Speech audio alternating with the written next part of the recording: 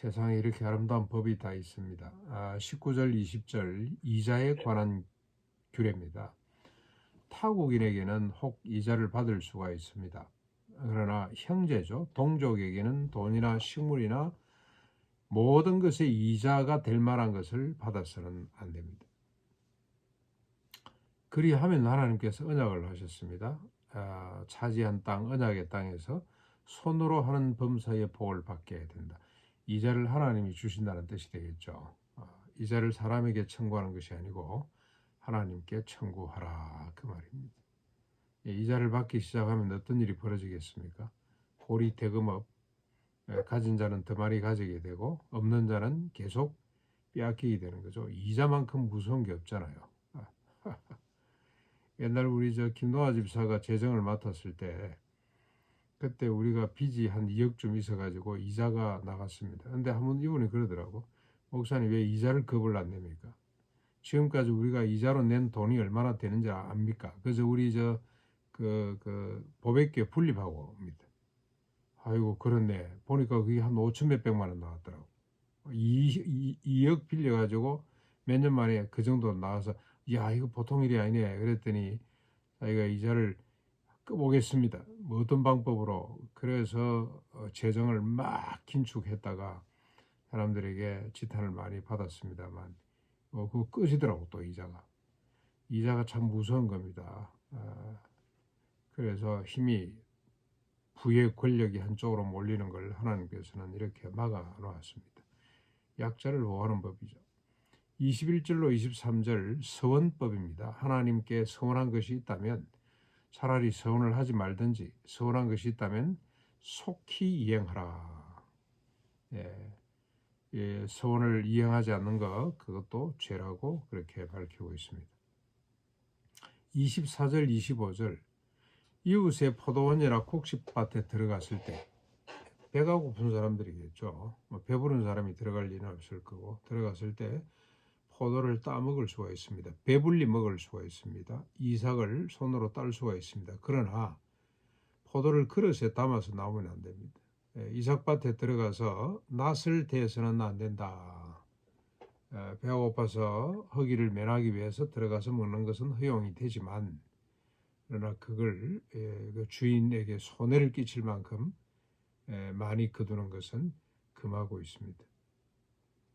참 재산보호법도 되고 배고픈 사람에게 이렇게 배를 채울 수 있는 포도원에 들어가서 배불리 먹은들 얼마나 먹겠습니까? 포도 한 두 송이 먹으면 배가 다 안 차겠습니까? 우리 피킹 혹시 이런 거 한번 가보면 많이 먹을 것 같은데 얼마 못 먹어요. 먹고 나면 금방 배가 부르기 때문에 그렇게는 할 수 있지만 막 그냥 그걸 바가지에 담아 나온다거나 그릇에 담아 나오거나 낫을 대서 손해를 끼쳐서는 안 된다는 겁니다. 그 다음에 25장이죠. 1절부터 4절까지 이혼과 재혼법인데 아내에게 수치된 일이 있어서 이혼 정서를 줘서 내보냈을 경우입니다. 그 여자는 재혼할 수가 있습니다. 이혼당하고 혼자 살 수 없잖아요. 특별히 이 여인들은 그때 당시 아주 약자 중에 약자인데 재혼을 할 수가 있습니다. 그런데 재혼을 했는데 그 재혼한 남편이 또 이 사람이 싫어서 내보냈거나 아니면 재혼한 남편이 죽었을 경우입니다. 죽었을 경우에 전 남편이 여자를 다시 데려오지 못하도록 했습니다. 근데 이유는 뭐냐? 몸이 더럽혀졌기 때문이라 그랬는데 이 더럽혀졌다는 말이 출산을 하면 아내가 여인이 부정한 거 있잖아요. 남자아이를 출산하면 1회와 그리고 33일, 도합 40일입니다. 여자아이가 나면 두 1회와 66일, 도합 80일이죠. 부정하다. 근데 그 부정한 게 왜 자식을 낳았는데 아이를 낳았는데 왜 하나님 부정하다고 그랬냐? 그 여인을 보호하기 위해서죠. 접근하지 못하도록. 남자아이를 낳으면 기분이 좋아서 빨리 심신이 회복이 되는데 몸도 빨리 회복이 되는데 여자아이를 낳으면 회복이 좀 늦었던 것 같아요. 그래서 부정하다고 해놓고 남자들이 접근하지 못하도록 여자가 부정하기보다도 그런 여인에게 접근하는 남자를 하나님이 부정하다고 보신 겁니다.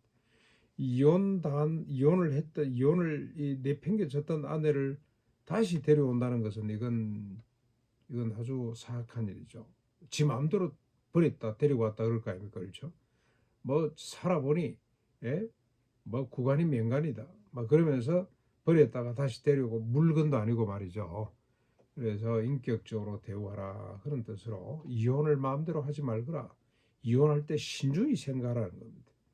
이혼을 당한 여인 입장에서는 남편을 다시 시집을 가야 돼요. 그래야 먹고서 안전이 보장이 되고 그래야 생육하고 원생해서 땅에 충만할 수 있기 때문에 하나님이 그렇게 허락을 했는데 또 다시 데리고 온다. 그건 있을 수가 없다. 뭐 물건 돌리듯이 그렇게 여인을 돌려서는 안 된다고 하나님이 규정을 하고 있습니다. 5절 말씀 결혼을 해서 1년 된 신혼부부에 대한 남편에 대한 이야기입니다. 군대 끌고 와서는 안 됩니다. 어떤 직무를 맡겨서도 안 됩니다. 1년 동안 그가 맞이한 아내를 즐겁게 하기 위해서 한가로운 시간을 줘야 됩니다. 보통 우리가 결혼하면 결혼 예식 마치고 한 뭐 옛날 3일 줬고 요즘은 결혼 휴가를 얼마나 주는지 모르겠습니다만 지금은 저 출산 휴가 1년 주는 그런 회사들도 들어 있긴 하는데 이 이스라엘 법에 하나님이 주신 모세율법에는 결혼하면 1년 동안 휴가를 줘야 되는 거죠. 1년 동안. 그래서 아내와 즐겁게 생활할 수 있도록. 그래서 뭘 하게 됩니까? 빨리 출산해서 하나님의 백성들이 많아지도록 생육하고 번성해서 땅에 충만해지도록 이런 법을 주셨다는 겁니다. 만약에 이스라엘 사람들이 이걸 잘 시행해서 가정이 정말 행복하고 젊은 부부들이 계속 결혼을 하고 자식을 낳고 그래서 인구가 자꾸 늘어나고 이런 걸 주변 국가들이 보면 따라하겠죠. 따라할 겁니다. 그래서 그 나라가 복을 받게 될 겁니다. 이자를 받지 않았는데 하나님이 손으로 하는 모든 일에 복을 주셔가지고 그 나라의 물질이 넘쳐나고 경제가 부흥하고 하는 걸 보면 주변 나라들이 따라하겠죠.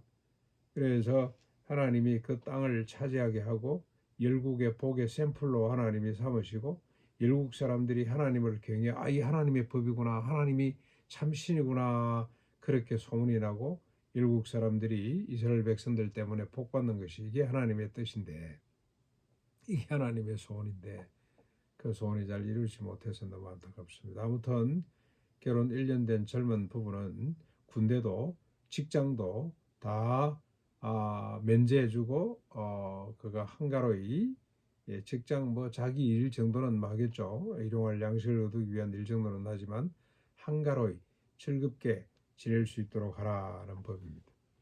6절 전당법이죠. 전당법 소위 말해서 맷돌이나 그 윗짝 맷돌 밑이나 맷돌 위가 됐거나 전당물로 잡아서는 안 됩니다. 왜냐하면 이 맷돌이 그들의 생명이기 때문에 그렇습니다. 맷돌로 갈아야만이 먹고 살 거 아닙니까? 곡물을 빻아서 자기들이 요리를 해먹고 살 수 있기 때문에 맷돌은 생계에 가장 필요한 것들은 전당물로 잡아서는 안 됩니다. 옷을 전당물로 잡았을 때는 밤이 되면 돌려줘야 됩니다. 그걸 듣고 가난하기 때문에 뭐 이런 걸 들고 나서 전당물로 안 잡히겠습니까? 밤에 따뜻하게 잠잘 수 있도록 낮에 맷돌을 돌려서 가족들이 음식을 따뜻하게 해 먹을 수 있도록 배려하는 법이라고 할 수가 있겠습니다. 절대로 맷돌을 참 악의적으로 아주 곤란한 걸 전당 잡는 사람들 많고 특별히 대한민국 법은 어떻습니까? 지금 전 세계가 마찬가지일 거라는 생각하는데 은행에 빚을 받으러 내려가면은 제일 선호하는 게 집이죠. 집을 전당물로 잡는 거 이거는 있을 수가 없는 일이죠. 집이 없으면 어떻게 삽니까? 그런데 은행은 얼마나 지금 냉혹한지 알 수 없어요. 집이 아니면 안 빌려줘요. 우리 교회도 한 번씩 앞에 그 농협에서 빚을 내는데 분립할 때마다 우리가 빚을 냈습니다만 빚을 내는데 옛날에는 자기들이 먼저 와서 돈 쓸 거 없냐 이러더니 최근에 와서는요 3년치 예산의 결과를 증명을 해야 돼요. 계속해서 이게 예산이 늘어나는지 줄어드는지, 줄어들면 이 대출을 받을 수가 없습니다. 늘어나야 되고요. 1년에 한 번씩 보고를 또 해야 돼요. 희한하게 우리 재정 보고를 은행에도 해줘야 돼요. 그만큼 살벌해졌고 반드시 건물을 담보로 잡습니다.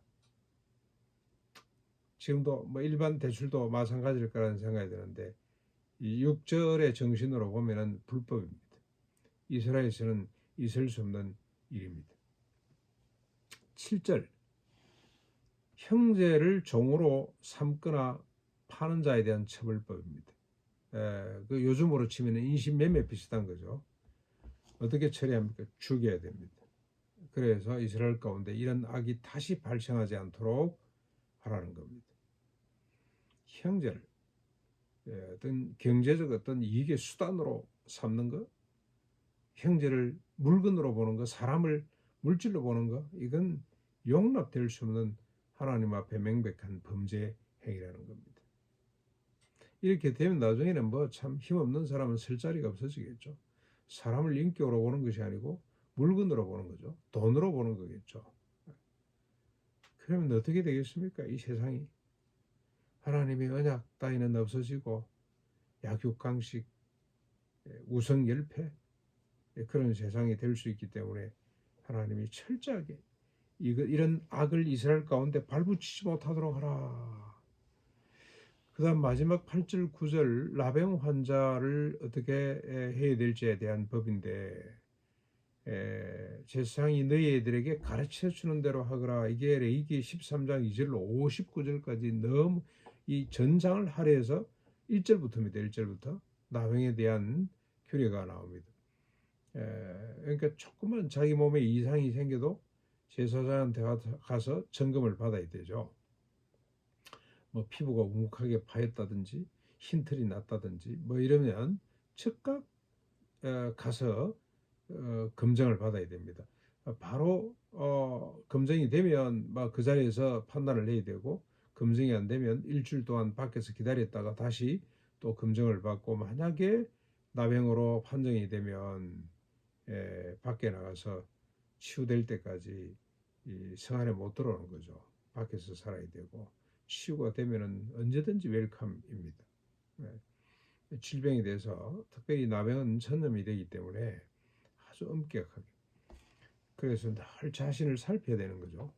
자신 때문에 다른 사람들이 자신의 불행도 불행입니다만은 그 동네가 또 전염되고 불행해지는 것을 막기 위해서 우리가 마스크를 지금 늘 착용하고 손발을 깨끗이 씻어야 되는 것처럼 자기 몸을 늘 이렇게 점검해서 육체가 상하지 않도록 그게 전염되지 않도록 그래서 건강한 신체를 갖고 건강한 삶을 살아낼 수 있도록 그래서 생육하고 원성해서 땅에 충만할 수 있도록 하나님이 이렇게 구체적으로 법을 주셨습니다.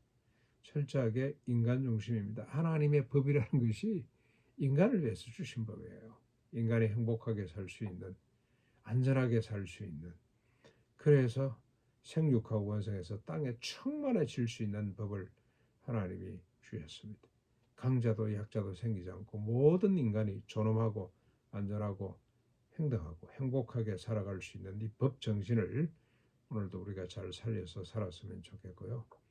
신약에 오면은 자기 자신뿐만이 아니라 모두를 살피고 책임지는 이런 법으로 더 완성돼 가는데 이 정신에 합당한 삶이 될 수 있기를 바랍니다.